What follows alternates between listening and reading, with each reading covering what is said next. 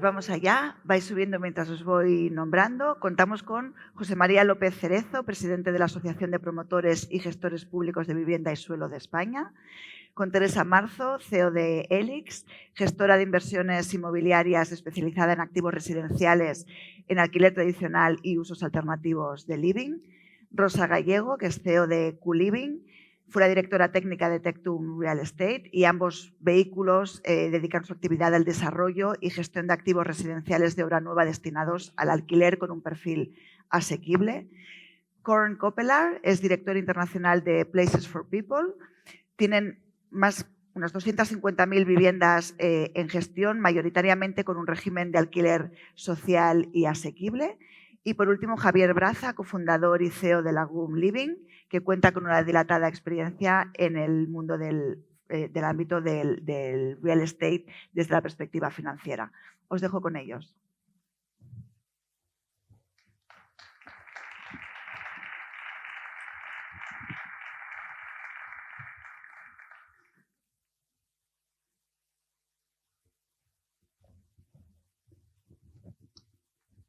Buenos días.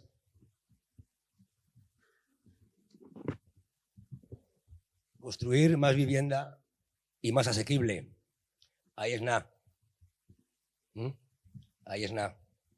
Básicamente vamos a intentar realizar un debate y, dejando atrás los lloros y las penas de los últimos años, vamos a intentar procurar una visión optimista de la situación. La verdad es que he traído unos datos para explicar, pero después de la compañera de Caixa lo ha dejado todo muy claro, entonces lo vamos a evitar.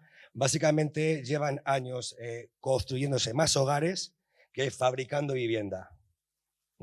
Creo que es importante tenerlo en cuenta y, claro, nos acompaña Corne y creo que para entender el concepto de vivienda asequible es importante que nos aporte su visión europea y qué requisitos tiene que tener el mercado español para que venga más inversión, porque depende del producto y de su rentabilidad, que ahora entraremos. Hola, buenos días. Gracias, Javier, y gracias al APC para invitarme. Sí, me han invitado, yo soy holandés, así que con antelación me perdono para alguna falta gramática o de idioma, pero yo vivo ya 19 años en España, así que conozco bastante bien el mercado en España. Yo soy consultor, he sido consultor en inmobiliario asequible desde hace 35 años internacionalmente, así que soy capaz de comparar un poco lo que está pasando en diferentes países. En España, como todos aquí sabemos, el parte de la vivienda que es asequible o de alquiler asequible es muy pequeño. Está por debajo del 2%, en Europa promedio es un 9%. Y incluso en unos países en el norte de Europa llegamos hasta 30% de las viviendas que son sociales o asequibles. Ahí hay un poco un problema de definición a veces. Normalmente lo que se define como asequible es un precio 30% por debajo del precio del mercado. Bien, vamos a ser optimistas, ¿no? Pues aquí oía ayer que tenemos muchos problemas, incluso catastrófico he oído ayer. Pues en todos los países piensan lo mismo. En todos los países hay falta de oferta y muchísima demanda, y entonces todos los países consideran que tienen una crisis. Pero los factores que han generado esta crisis son parcialmente diferentes, pero hay algunas razones para que el mercado de viviendas asequibles los últimos años ha sufrido, y en la presentación anterior ya hemos oído algunos de estos factores. El precio de interés ha subido y la volatilidad también, el precio de interés, el precio de dinero, es un factor importante para que los inversores no entren en el mercado. Primero quieren ver cómo se está desarrollando la inflación, cómo se está desarrollando el tipo de interés. Y no quieren asumir riesgos cuando no tienen claro en qué dirección va eso. Ligado al precio de dinero era la inflación. Y sabemos todos, en Europa los precios en algún momento estaban subiendo más que 10% por año, que es muchísimo. Y después, otro factor que no podemos olvidar los últimos años era las consecuencias del COVID, que teníamos problemas de suministro de materiales. También otro factor que ha ralentizado mucho el desarrollo de viviendas asequibles. Bien, ahora al mercado español. Yo vengo aquí en España también con inversores internacionales. Estudiamos el mercado.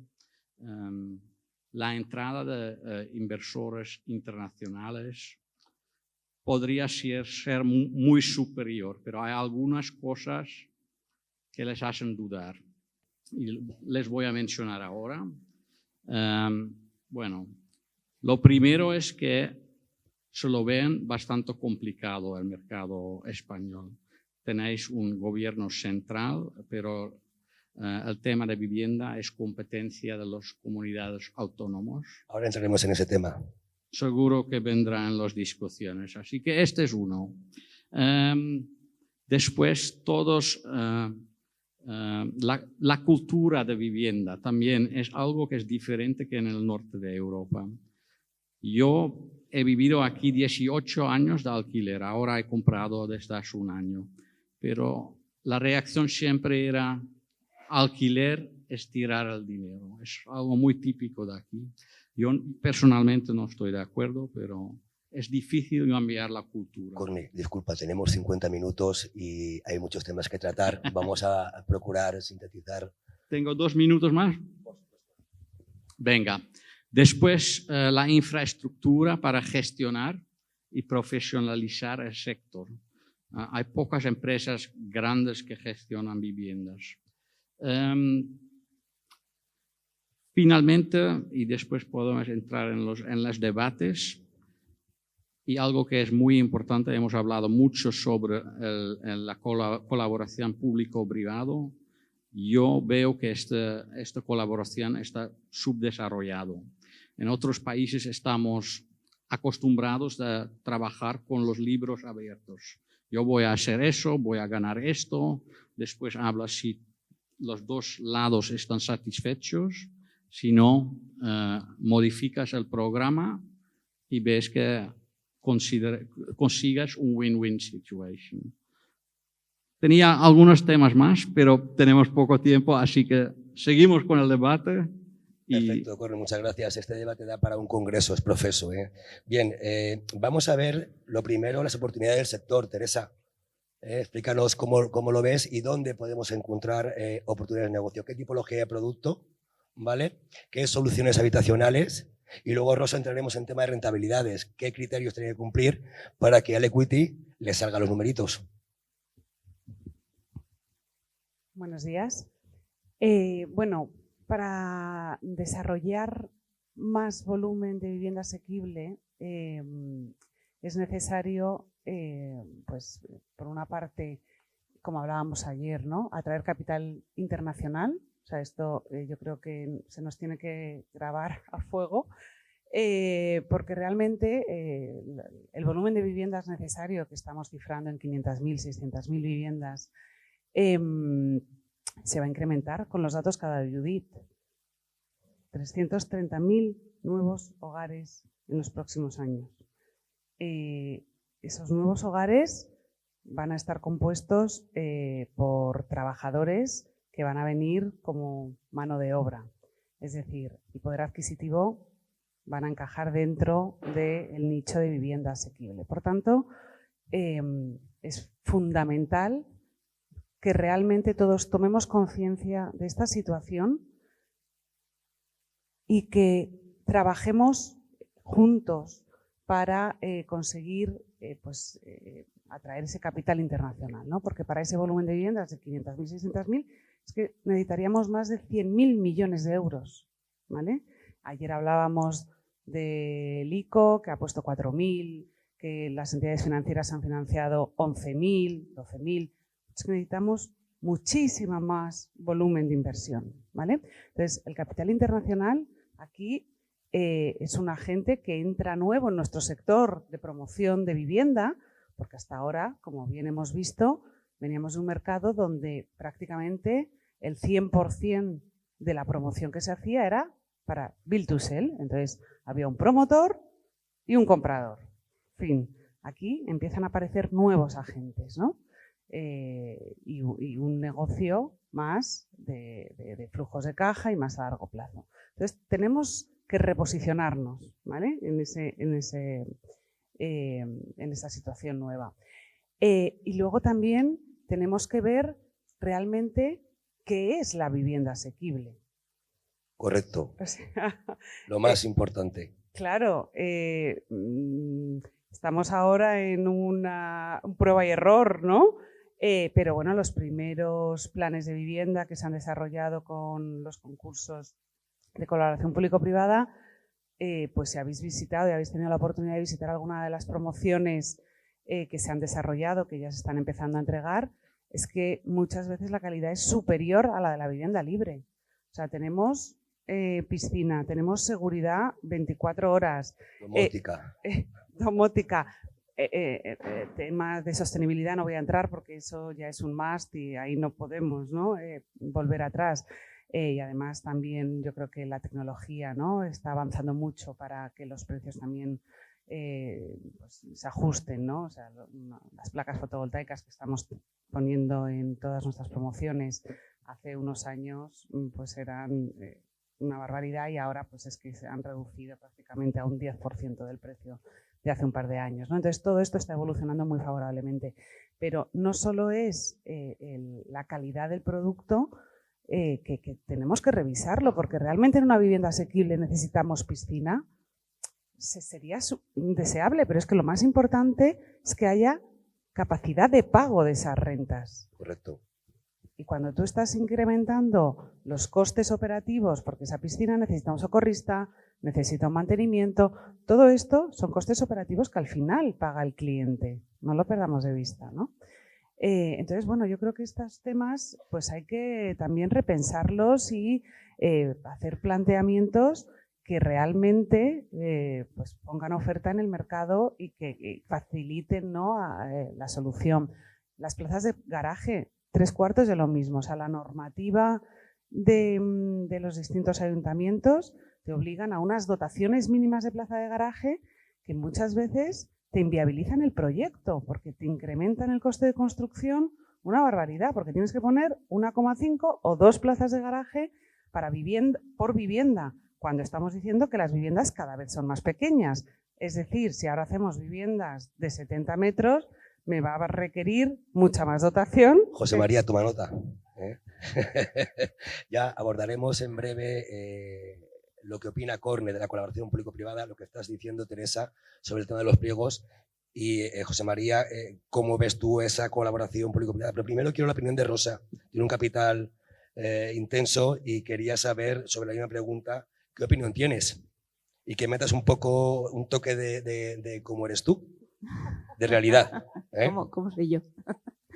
Vale, buenos días a todos y gracias a ACCE por dejarnos ponerle voz al inversor nacional, que es al que más represento yo, y al internacional, con el que también colaboramos. Y al hilo de lo que decía Teresa y cogiéndole el relevo, tenemos que atraer al capital sí o sí, porque si no es inviable. No tenemos capacidad en España para desarrollarlo con el capital nacional, pero es verdad que tenemos que hacerlo lo suficientemente atractivo teniendo en cuenta los riesgos que se asumen, ¿vale? Nosotros ¿asumimos el riesgo promotor? No, porque se supone que hacemos un contrato llave en mano con un promotor que tiene que, ayer decía David, 36 meses, eso es muy optimista. O sea, hacer una promoción en 36 meses es muy, muy, muy optimista. Eso es lo mínimo. Yo no he hecho ninguna por menos de 40 meses. Ayer se habló de los 20 meses de obra y 20 meses de papeles. Es que es muy fuerte decirlo, pero es así y llevamos diciéndolo mucho tiempo y nos iremos del Congreso y esperemos que cambien las cosas porque para eso estamos, pero dejemos de decirlo y que se haga efectivo. Entonces, tenemos que hacerlo atractivo, tenemos que considerar los riesgos que se asumen. Tenemos que considerar que la financiación de este producto no es como en venta. La financiación del alquiler es muchísimo menor, estamos hablando de 50-60%, por lo tanto hay que poner el otro 40%. El otro 40% empieza a soltar pasta el día 1 hasta los 40 meses después, no empieza a poner el edificio de alquiler. El edificio de alquiler lo pones y aquí se ha hablado muy poco de esa fase, de la fase de arrendamiento, de la gestión de ese arrendamiento. Perfiles asequibles no son perfiles sociales, pero estamos hablando de gente curranta que tiene que llegar a fin de mes, pagar el alquiler y ya hemos visto el porcentaje de personas que están por encima de su tasa de esfuerzo. Pero también tenemos que dejarles vivir, es decir, que yo en mi ecuación tengo una cantidad fija que me da igual que sea protegida o libre, porque al final la renta de mercado es la renta máxima que pueden pagar. Eso está, en mi ecuación, en mi fórmula, los ingresos están capados, es lo máximo que pueden pagar. Por otro lado, tenemos el precio del suelo, que es algo que se ha hablado mucho y seguiremos diciéndolo. Es una vergüenza lo que se pide por el suelo. Y es más vergonzoso todavía lo que se pide por un suelo protegido. O sea, no son conscientes de que están totalmente desvirtuando el valor del suelo. Señores, que está protegido, que la renta o la venta está capada. El margen de promotor, el promotor es lo que se puede bailar, pero tampoco podemos pretender que no gane dinero. El coste de construcción, hemos pasado de hacer una vivienda de 100.000 euros a 130.000 euros. La vivienda que hacemos nosotros, de 70 metros, dos viviendas, 2 baños. ¿Cómo van a tener uno? Por Dios. 2 baños. Zonas comunes con todo lo más grande. ¿Qué pasa? Que esa vivienda tiene unos gastos de comunidad que superan los 200 euros. 200 euros, pero no le pongas piscina, no le pongas conserje, no le pongas 2 plazas de garaje, a pesar de que una no la usen. Entonces, al final estamos desvirtuando el producto y encima maleducando a la sociedad. ¿Y dónde está la capacidad del esfuerzo?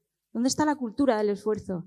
¿Dónde está el que te saques el carnet y cojas el coche de tu padre que tiene 30 años y que ya te comprarás tu coche? No, la vivienda tiene que ser a tope de power desde el primer día.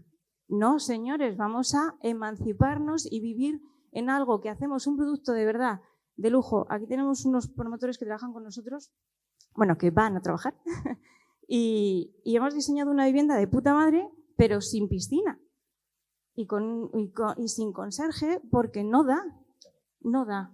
Entonces, si meto en la ecuación la renta máxima que puedo cobrar, si meto en la ecuación el suelo, dentro de un suelo que no puede estar por encima de los 500 euros, señores, porque si no, no sale. Meto los costes de construcción, unas viviendas que cumplen código técnico, muy eficientes, calificación energética A, pero no con extras que no se pueden pagar después. Al final, esa rentabilidad sí o sí tiene que ser razonable, teniendo en cuenta que durante 3 años solo estoy soltando pasta, no recibo un duro y luego me pongo a alquilar. ¿Qué pasa en la fase de arrendamiento? Que es mi riesgo, no el del promotor. El promotor ya ha salido y ha asumido su riesgo. Yo ahora asumo el mío. Me pongo a alquilar, tengo que llenar. Entonces, durante 1 año tengo que dejarle al banco una cuenta de ratio de cobertura al servicio de la deuda porque yo no tengo todavía las rentas cubiertas. Tengo que tener una seguridad inmensa para que no me ocupen. Porque encima, si te ocupan, nadie quiere alquilar tu edificio. Ahora entraremos en la seguridad y luego jurídica. la morosidad, porque ya entramos en la ocupación y la inquiocupación. Y todo ese riesgo es nuestro, lo gestionamos como podemos, pero es nuestro. Pero todo eso nadie sabe, o sea, sí, todos los que estamos aquí sabemos el riesgo que supone, pero la rentabilidad no te puedes pasar del 4,5-5%, porque entonces si no, no sale. Correcto. Entonces, ¿cómo atraemos a la inversión? Regulando todo lo que acabo de decir, que esté regulado. Si está regulado, tenemos seguridad jurídica y las reglas del juego no cambian y empezamos a jugar, ya sabemos a lo que jugamos y todos los que estamos aquí es porque nos va la marcha, porque esto es muy intenso. Sí. Y nos gusta lo que hacemos, nos apasiona poner vivienda. Cada edificio que hacemos y lo ponemos en alquiler para mí es un regalo, pero, ostras, no lo pongáis tan difícil. Pues mira, viendo un poco tu óptica,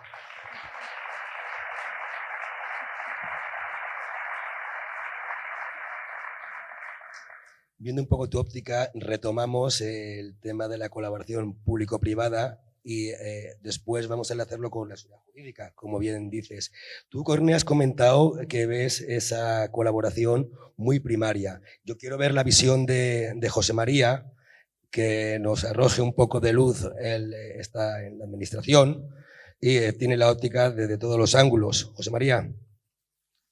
Bueno, pues imaginaos, si vosotros tenéis problemas, imaginaos los promotores públicos, que además tenemos una cosa que se llama un interventor, ¿no? Que pone las cosas todavía más difíciles de lo que vosotros estáis contando. Desde los promotores públicos, que además fundamentalmente los promotores públicos somos municipales, con lo cual no tenemos la competencia. Cuando digo no tenemos la competencia, no tenemos los recursos que tiene, por ejemplo, la comunidad autónoma, que es la que tiene la competencia para promover. Los promotores públicos tenemos que buscarnos también la vida a través de, lógicamente, de subvenciones y de préstamos para promover viviendas que tienen el hándicap de las dificultades que tenemos en la administración pública, más luego el cliente que tenemos, que a veces no es como el que tú describes, sino que tiene una renta aún más limitada, ¿no? Y nosotros tenemos que tener una renta todavía más limitada, ¿no? Yo aquí me siento un poco como la administración pública, cuando decís que nos ponen cada vez más difíciles. Yo creo que me estáis mirando alguno a mí. Bueno, nosotros somos la administración pública, no somos los poderes públicos, no somos el poder legislativo, que es el que hace las normas. Ayer decía nuestro presidente, el presidente de la Junta, en la inauguración, que lo que tenemos que hacer las administraciones públicas es no estorbar. Y eso me parece bien, no debemos no estorbar. Tenemos que muchas veces con los compañeros de la asociación nos ponemos de manifiesto y estamos de acuerdo en que la colaboración, la administración pública debe actuar cuando la sociedad civil ha hecho ya su papel y no puede seguir actuando. Todo lo que puede hacer la sociedad civil que se haga, lo que no se haga por la sociedad civil porque no pueda. Colaboración público-privada, ni esa colaboración público-privada, que hay de mucha índole. Ayer pusimos la primera piedra de un acto de colaboración público-privada. Pusimos el suelo, buscamos la subvención europea y donde no se puede hacer la colaboración público-privada, pues entonces ya que actúe la administración pública, con todos sus recursos públicos, que es de todos nosotros los recursos, no es que tenga una fábrica de fabricar recursos la administración pública. Esa es la visión que tenemos en el sector público de la cosa. El sector privado, colaboración público-privada y lo que no, con la actuación pública 100%. Y evidentemente hay que actuar en 3 planos diferentes, que yo creo que a lo largo del Congreso se ha ido hablando. 1 es el suelo, 2 es la producción de vivienda y 3 es la gestión posterior cuando hablamos de vivienda en alquiler y vivienda asequible.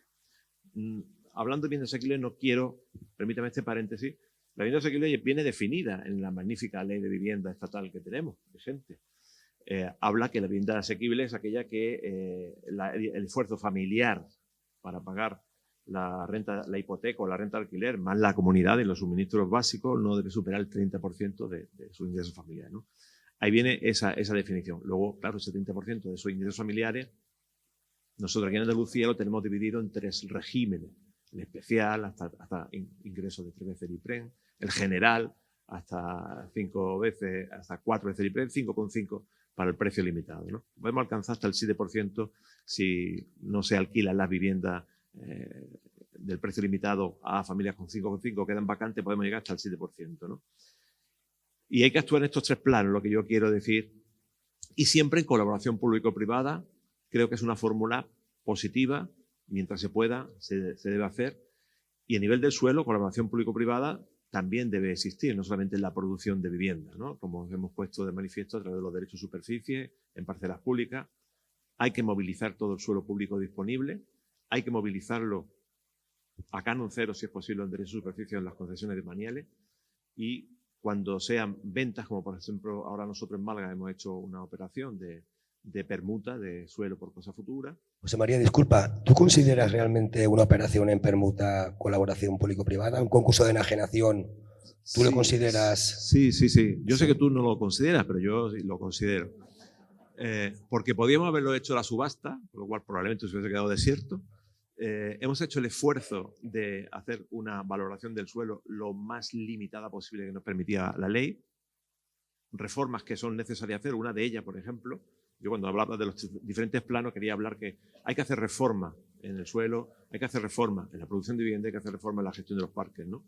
Y una de las reformas en el suelo es la posibilidad de que podamos enajenar suelo sin derecho de superficie por debajo del valor urbanístico, siempre y cuando esa disminución del valor del suelo lleve consigo un menor precio de venta o de alquiler del edificio futuro. Yo lo considero que es una colaboración en cuanto que estamos dando facilidades. Damos facilidades, ponemos el suelo, vosotros promovéis, nos pagáis con vivienda terminada, sí, y nos pagáis, nos estáis vendiendo el suelo a nosotros, la vivienda a nosotros. Por lo cual, si hay un margen de beneficio, no al coste de construcción. Perdona, una garantía 100%, ¿no? Por la normativa. Entonces, pues bueno, son temas que hay que abordar. Sí me gustaría, Corne, que avanzaras con esa visión y un profesional como tú, ¿qué puede aportar a esa visión que has dado sobre la colaboración público-privada? Es decir, ¿qué se puede aportar para mejorar? Creo que es el foro adecuado de exponerlo. Bueno, ya he dicho que lo que he visto, he venido con inversores grandes internacionales a ciudades aquí en España, y lo primero, lo que dicen los compañeros, es preguntar los extras. Y el polideportivo también vais a desarrollar, ¿no?, dentro del presupuesto. Eso no puede ser. Y los inversores internacionales no entendían lo que estaba pasando. Venían para viviendas asequibles y quieren enfocarse en el producto asequible, pero no en los extras. Así que yo lo que recomiendo es hacer más mesas redondas donde abres los libros, como en otros países, estás sincero, honesto y abierto en lo que está pasando. Y esta mejoraría la situación, en mi opinión. Perfecto, muchas gracias. José María, para ti de nuevo, ¿cómo ves un pacto de Estado por la vivienda? Yo ayer, la verdad, también me quedé sorprendido por la predisposición que había en ambas fuerzas. También es cierto que en el acto de la primera piedra proyectamos un vídeo de cómo está la obra actual y cómo va a quedar. Y tanto al Ministerio como a Junta, el Ayuntamiento ya lo conocía, se les harían los ojos de las cuencas, ¿no?, del productazo, ¿no?, que iban a hacer suyo, ¿verdad? Entonces, José María, ¿tú ves viable realmente un pacto de vivienda? Hombre, pacto de Estado, eso evidentemente es necesario. Es necesario que todos vayamos alineados.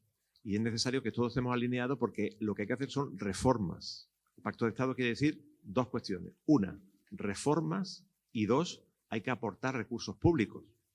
Y si queremos que la vivienda sea una infraestructura social, un pilar más de nuestra sociedad de bienestar, como la sanidad, como la educación, pues tiene que haber una aportación de los recursos públicos un poco mayor. Fijaros que, por ejemplo, tenemos un 3% del Producto Interior Bruto o un 9%, por ejemplo, en educación, es lo que del gasto público anual del año 23, el 9% fue para educación. En vivienda no llega ni al 1% del gasto público en materia de vivienda. Entonces, el pacto de Estado tiene que ser, sí, por supuesto, alineado, todas las fuerzas políticas, todas las administraciones públicas, estatal, autonómicas, diputaciones, locales, alineados todos, pero con una vocación que es la de la reforma. Y ahí es donde empezamos a tener los diferentes roces. La reforma de las leyes vigentes, de los códigos vigentes, que son tremendos la cantidad de códigos, prolífica en nuestra legislación, y también en la aportación de recursos públicos para que sea un auténtico pilar de bienestar.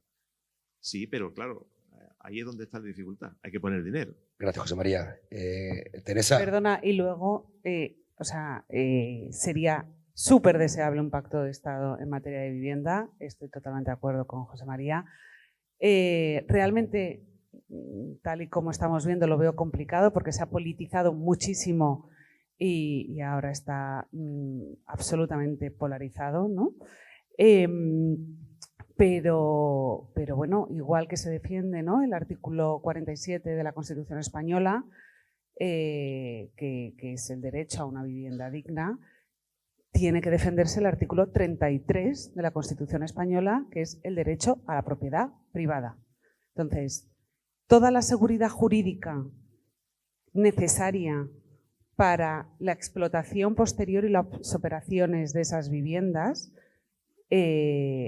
pues tiene que emanar desde el Gobierno central, ¿no? La Ley de Vivienda no es el mejor ejemplo que hemos vivido últimamente, donde ha modificado la Ley de Enjuiciamiento Civil, donde ha modificado la Ley del Suelo y donde ha modificado la Ley de Arrendamientos Urbanos, y que en el caso de que un inquilino te deje de pagar la renta, es que te dificulta muchísimo el ejecutar el lanzamiento, ¿no?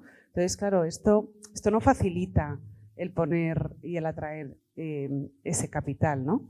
Entonces, bueno, yo creo que tienen que entender que el sector privado estamos para ayudar. Por supuesto que a los inquilinos con vulnerabilidad hay que ayudarles, que tiene que estar, y ahí sí que entra en juego la vivienda social para esas necesidades puntuales de inquilinos vulnerables, pero el 85% de los inquilinos que tenemos en nuestras promociones, o el 90 y pico, no son vulnerables.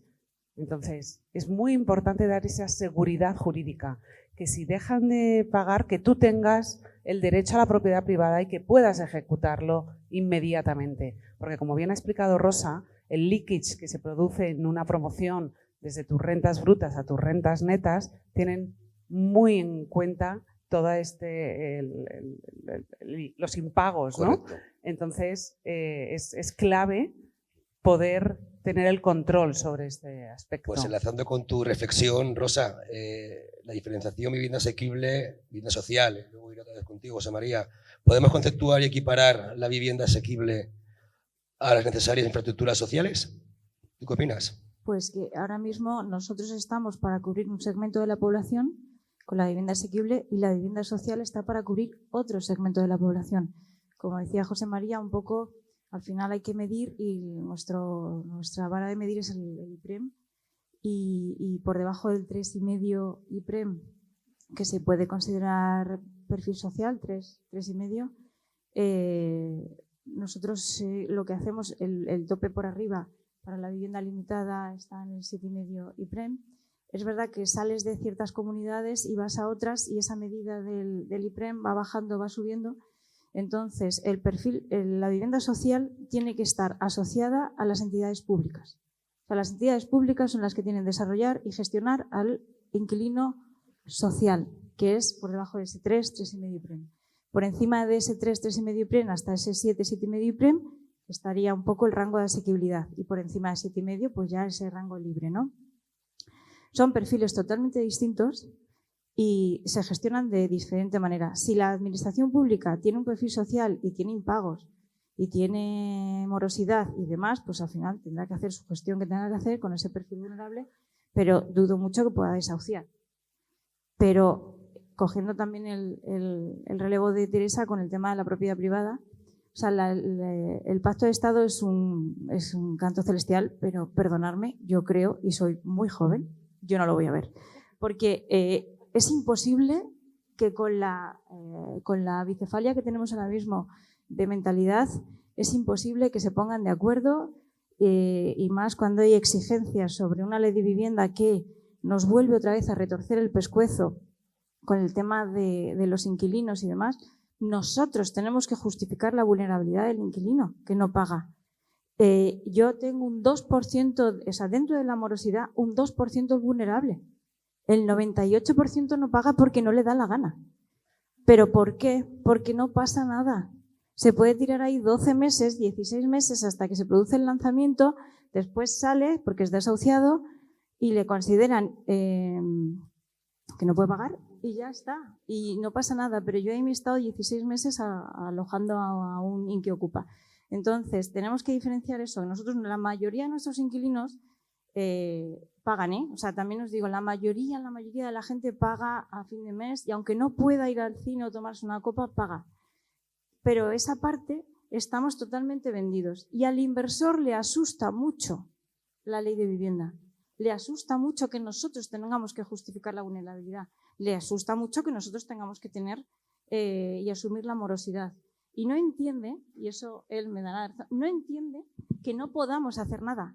Y dices, pero bueno, no puedes hacer nada. No, es una impotencia. Ya has abierto brutal. la puerta, Corne. No, en otros países eso no pasa. Ya, Así que ¿y los qué hacemos? blandos, sois muy blandos en el tema de... Me río por Siempre no hay llorar, que decir O que sea, con derechos también vienen obligaciones. Así que... Claro, perdón, Corne. Place Futuro for ministro People de Vivienda, ¿eh? Aquí. gestiona en torno a 250.000 unidades en Europa, ¿no? Exacto. Y nos consideráis pequeños porque en mano profesional creo que hay un porcentaje ínfimo, ¿no? A nivel regulatorio, seguridad jurídica, yo creo que vosotros, compañías y gestoras como vosotros, tenéis que participar de esas reuniones vía asociaciones y patronales con el Ministerio y elaborar un plan de trabajo por encima de la política y politización de la vivienda. Que yo opino como Rosa, y también soy joven. No lo voy a ver. José María. Sí, no, pero yo soy tan joven que lo voy a ver. Tú no lo eres. Es que esa es la dificultad. La dificultad es que el pacto, claro que es necesario, pero la dificultad es la que te he dicho. Hay que hacer reformas y ahí es donde tenemos la dificultad.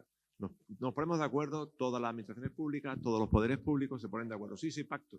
Venga, vamos a dar el primer paso. Vamos a modificar el artículo tal de la ley tal y ya empieza la discusión. Empieza la discusión ideológica. Simplemente la ideológica, ni la económica, ni siquiera la social, ni la técnica, la ideológica, ¿no? Y es donde tenemos uno de nuestros puntos débiles. Hay que contar con nosotros para apoyo, tanto los privados, asociaciones, patronales, por encima incluso de cualquier cuestión ideológica. Antes están las personas, que no ciudadanos, que no votantes, personas. Teresa, Rosa, nosotros ayer estuvimos viendo la óptica del financiador, ¿verdad? ICO, entidades financieras, con sus ratios, sus reguladores. Tú también estás regulada, ¿sabes? Que se os olvide que los privados no campamos a nuestras anchas, somos gestoras de inversión inmobiliaria, unos están regulados, otros no, ¿vale? Pero todos nos regimos bajo unos códigos, ¿no? ¿Ves? De la situación actual, de la financiación, ¿cómo lo veis? ¿Y qué se puede mejorar? Pues efectivamente, la mesa de ayer hablaron los financiadores, ahora hablamos a los que nos financian. Entonces, este producto tiene muchas barreras de acceso. Las entidades financieras les da mucho miedo, precisamente, aquí he visto personas que nos financian a nosotros, ponen muchas barreras y penalizan mucho el modelo de cara a lo que hablábamos de la morosidad. La ocupación total, eso ya está demostrado. Nosotros empezamos a finales del 17 con Tectun y las entidades financieras veían esto como algo, un bicho raro, ¿no? Ahora ya no, ahora ya está muy asentado en el sector y está muy, muy profesionalizado dentro de las entidades. Pero es verdad que nos penalizaban mucho la ocupación, el mantenimiento y conservación del inmueble durante los primeros años, a pesar de ser nuevo, señores, nuevo. El promotor tiene un periodo de garantía y responde muy bien porque somos un propietario, o sea, aunque tenga 100 viviendas, no son 100 propietarios reclamando postventa, somos uno y profesional, es decir, reclamamos única y exclusivamente lo que toca. Entonces, nos penalizaban mucho el modelo, ya no tanto, pero lo que he dicho antes, al final financian un porcentaje que no supera el 60%. Entonces, ¿qué necesitamos? Necesitamos que en la fase de amortización, que es solo nuestra, porque al promotor le dan una carencia, el promotor dispone y paga intereses, pero no amortiza. Amortizamos nosotros en la fase de explotación. Necesitamos esa carencia de llenado, necesitamos esa facilidad de repago de la deuda diferida en un plazo razonable, teniendo en cuenta que el edificio, o sea, la hipoteca se paga con las rentas, o sea, no se saca el dinero de otro sitio. Entonces, oye, pues no más del 60 porque si no, no repagas. Pues dame más plazo. No, es que más plazo no te puedo dar. Son como muchas puertas, ¿no? Pero bueno, es verdad que al final hemos conseguido una estructura bastante razonable. Nosotros nos subrogamos en el momento de la escrituración. Es verdad que hay entidades que se pelea la parte inmobiliaria con la parte de infra y tienen que ponerse de acuerdo. Hemos conseguido que una entidad se ponga de acuerdo desde el principio. Algunas tienen un muro de hormigón entre medias y son operaciones distintas. Los conocemos, sí. Sí. Pero bueno, yo creo que ya hemos conseguido que las entidades vean este producto como algo normal dentro de su línea de inmobiliario versus Project Finance y funcionan bastante bien, nos entendemos bastante bien, saben que no somos promotores, que somos los patrimoniales y saben que el promotor hay una venta ya desde el minuto 1 con el contrato de llave en mano. Por lo tanto, esa estructura bien, pero ahora entra el ICO, que es como agua de mayo, 4.000 millones, qué bien, qué maravilla, no hay ningún banco que tenga el convenio firmado, por lo tanto, cero patatero, o sea, no tenemos nada, pero el ICO no da abasto, porque de esas 57 operaciones que tiene en marcha no le pidas más, pero porque son 4, si es que lo entiendo, o sea, no pueden dar abasto, o sea, esos 4.000 millones todavía yo no los he visto y eso sí que lo voy a ver, pero hay que trabajar mucho para conseguir canalizarlos. Pero va el ICO y pone puertas. No, solo siempre y cuando sea una protección o un convenio de 50 años para arriba. Pues fuera toda la vivienda protegida, de las comunidades autónomas, porque tenemos 15 años en Madrid, creo que 25, 20 o 15 también aquí, no, por ahí, ¿no? 7, 10, 15. Valencia también estamos igual, por lo tanto, toda la vivienda protegida privada se queda fuera de los 4.000 millones. Entonces, señores, no hay producto. Estamos hablando de la carencia de suelo. O sea, ya conseguir producto es muy complicado y conseguir producto para alquiler más todavía, porque siempre es más rentable en venta. No nos equivoquemos. Esto no es la panacea.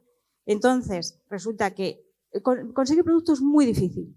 Una vez que lo consigo y entra la financiación, me limitas a las iniciativas público-privadas de concesiones y derechos de superficie, que siempre están por encima de los 50 años, o el gobierno vasco, que protege de 50 años para arriba también con sus convenios. Pero lo que es Madrid, Comunidad Valenciana y Andalucía, fuera, automáticamente fuera del pipeline. Entonces, perdóname, no nos da. Rosa, esto sería infinito para todos y estaríamos aquí hasta mañana. Sí, a mí córtame, si nos lo permiten, podemos continuar si nos dan una hora más, por favor. Corny, ¿querías comentar algo? Sí, yo quería comentar una cosa sobre la financiación. A mí me parece que la financiación aquí también es muy tradicional. Y yo creo que es porque los proyectos de viviendas asequibles o viviendas sociales son muy limitados, son pequeños. Un tipo diferente de financiación que se usa mucho en el extranjero son los bonos privados. Y eso no se ve porque el tamaño de los proyectos aquí, y la excepción igualmente es el Plan VIVE de Madrid, pero aparte de eso el tamaño de proyectos es pequeño. Teresa, disculpa, íbamos contigo con la financiación, también queremos ver tu opinión. Bueno, tú financias poco, tú tienes todo equity, pero bueno, aún así... Sí, bueno, poco que aportar a lo que ha explicado estupendamente Rosa. A todo esto, por aportar algo más, las entidades financieras que ahora ya están entrando, ya han entendido lo que es el mercado de alquiler, que es verdad que les ha costado, y aquí hay varios compañeros, ¿no?, de banca que llevamos muchos años luchando, ¿no?, por el modelo de gestión en alquiler. Ahora ya están dando financiaciones a largo plazo, con condiciones pues, más favorables, con apalancamientos que encajan en el business plan, ¿no? Pero hay otro tema que entra en la ecuación que también les preocupa mucho y que de cara a los comités de riesgos es todo el tema reputacional, ¿no? Al final, cuando tú estás invirtiendo en vivienda en alquiler asequible, pues como hemos dicho, ¿no?, previamente, la protección al inquilino con la ley de vivienda pues hace que determinadas acciones pues ilegales, pues que cierta parte de la población lo apoye, ¿no? Y entonces, bueno, pues eso tiene un peso en los medios bastante importante. Sí, claro, somos los fondos buitre, ¿verdad? Claro, pero es que, o sea, lo que hay que es demonizar al capital institucional. O sea, es que no son fondos buitre, es que, o sea, realmente es capital que necesitamos que entre. Entonces, realmente yo creo que hay que hacer una labor pedagógica todos nosotros para evitar ese calificativo, ¿no? O sea, es capital institucional, que es la solución realmente al problema de la vivienda asequible, de poner más oferta. Aparte de todos los retos que hemos hablado del suelo, de la mano de obra, pero fundamentalmente tiene que haber capital, ¿no? Se nos agota el tiempo. Sobre todo, perdona, porque es un capital el que entra para quedarse con estas viviendas asequibles, que es que está pidiendo una rentabilidad que en muchos casos es inferior a la deuda pública. O sea, que es capital core, que es capital tranquilo, que vienen aquí para quedarse, para realmente poner vivienda en el mercado que solucione, porque todo el capital, cuando te sientas con ellos y vas a levantar capital, todos creen en los fundamentales de España, ¿no? Y, oye, están dispuestos a entrar a un 4 con lo que sea, cuando ha habido bonos que estaban al 5 hace unos meses, ¿no? porque al final diversifican, porque tienen mucha gestión de capital, pero con ciertas garantías, ¿no? Y nunca se quieren ver involucrados un poco en ese conflicto reputacional, porque es que no, o sea, al final son los fondos o el capital core que viene a invertir en esta tipología de producto, pues son aseguradoras, son fondos de pensiones. Es que nada más lejos de su intención que le pongan como fondo buitre que echa de sus viviendas a la gente, ¿no? Entonces hay que tener mucho cuidado con estos mensajes, de verdad. Pero Teresa, cuando se regula bien el mercado, es posible.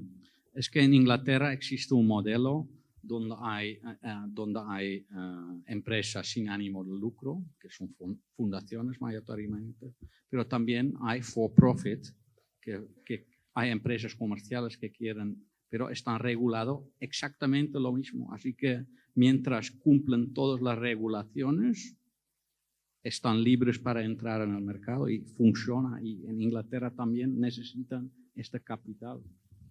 Gracias, Corne. Vamos mal de tiempo. Hay una última pregunta, profesor, para José María, y luego yo creo que cada uno de nosotros tendremos un par de minutos para exponer las conclusiones. Y ahí, insisto, cómo ha sido la filosofía de este debate. Nada séptico. Procuramos que haya sido divertido, que haya sido interesante. José María, esto es muy clave. El papel del promotor público en la producción de vivienda social y asequible. ¿Es competencia o complemento del sector privado? Bien, la competencia administrativa ya sabemos cuál es. Evidentemente esto es competencia de todos y las administraciones públicas lo que tenemos que hacer es facilitar al máximo que el ecosistema en el cual el promotor privado pueda desarrollar producción de vivienda asequible en alquiler. Eso está claro. Y uno de los principales elementos sobre los que hay que intervenir es la eliminación de la burocracia, que lo estamos hablando, es uno de los elementos clave. Fíjate, ayer pusimos una primera piedra y es una autocrítica al sistema, no a nosotros.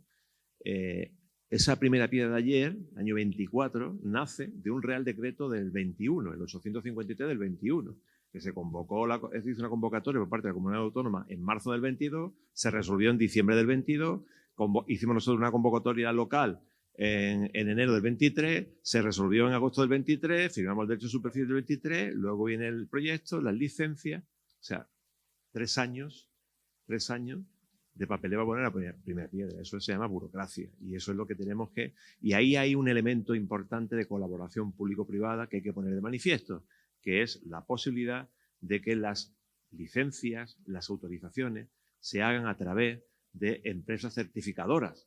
Las certificadoras, como hay en la Comunidad de Madrid, como a través de la lista en Andalucía se está implementando. Eso es otra colaboración público-privada. Porque, por ejemplo, yo pongo siempre el ejemplo, cuando este edificio se calcula la estructura de este edificio, el proyecto de ejecución no lo revisa ninguna institución pública, lo firma un técnico y dice esto no se cae. Lo digo yo bajo mi responsabilidad. Pues lo mismo, y eso no se revisa ni se saca una licencia para ver si se ha calculado bien o se ha calculado mal el edificio. Pues igual, entiendo yo, que podría ser lo que son las licencias urbanísticas y el trámite de suelo, o sea, el planeamiento urbanístico a través de empresas certificadoras en colaboración público-privada que asuman la responsabilidad. Si yo digo que esto cumple con la ley y puede tener licencia, pues bajo mi responsabilidad, con mi seguro de responsabilidad civil, es otra parte de colaboración público-privada. Eliminación de la burocracia. Fiscalidad asequible, ¿qué opináis? Fiscalidad asequible, vivienda asequible.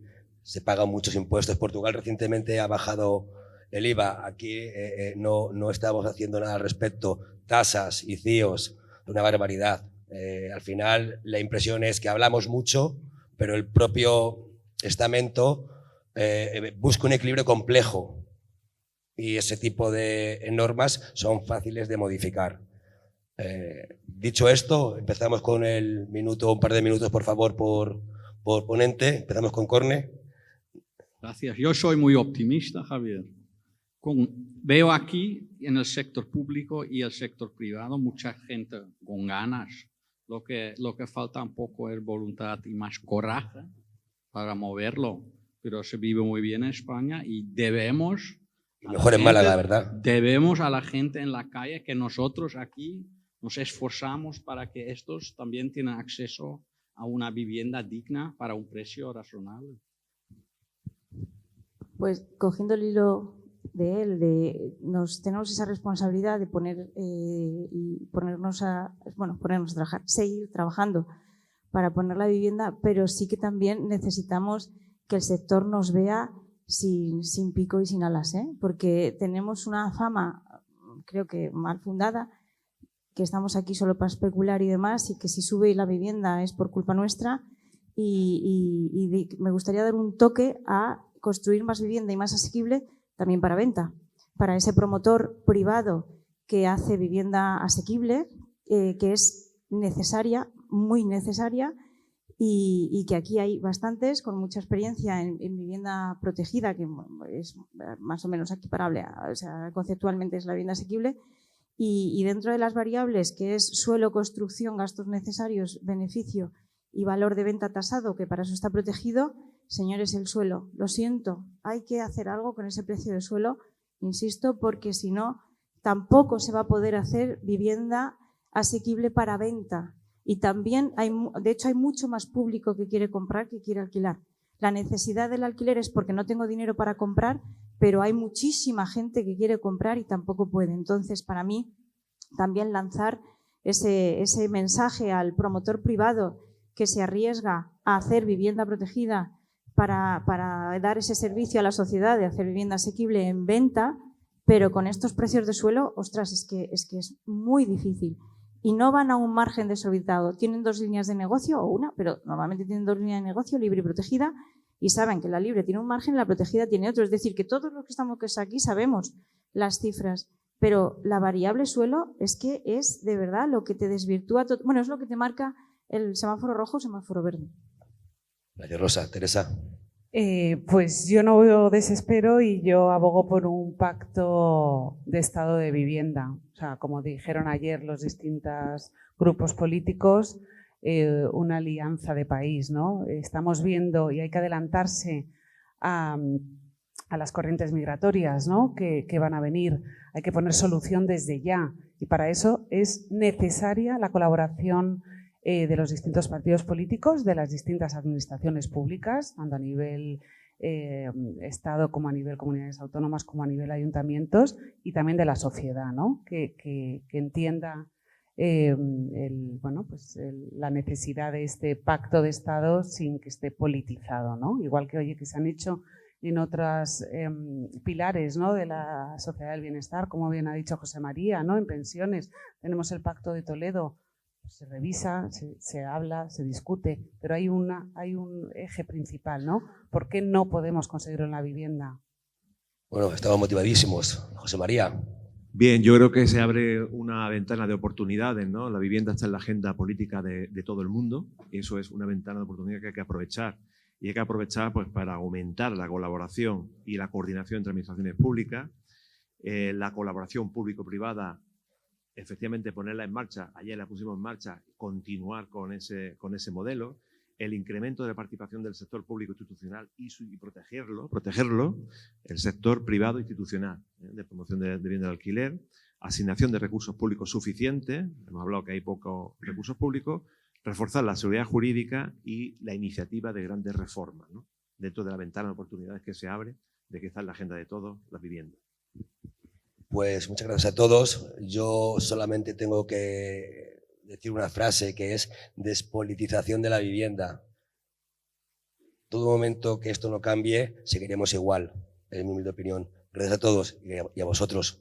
Muchas gracias.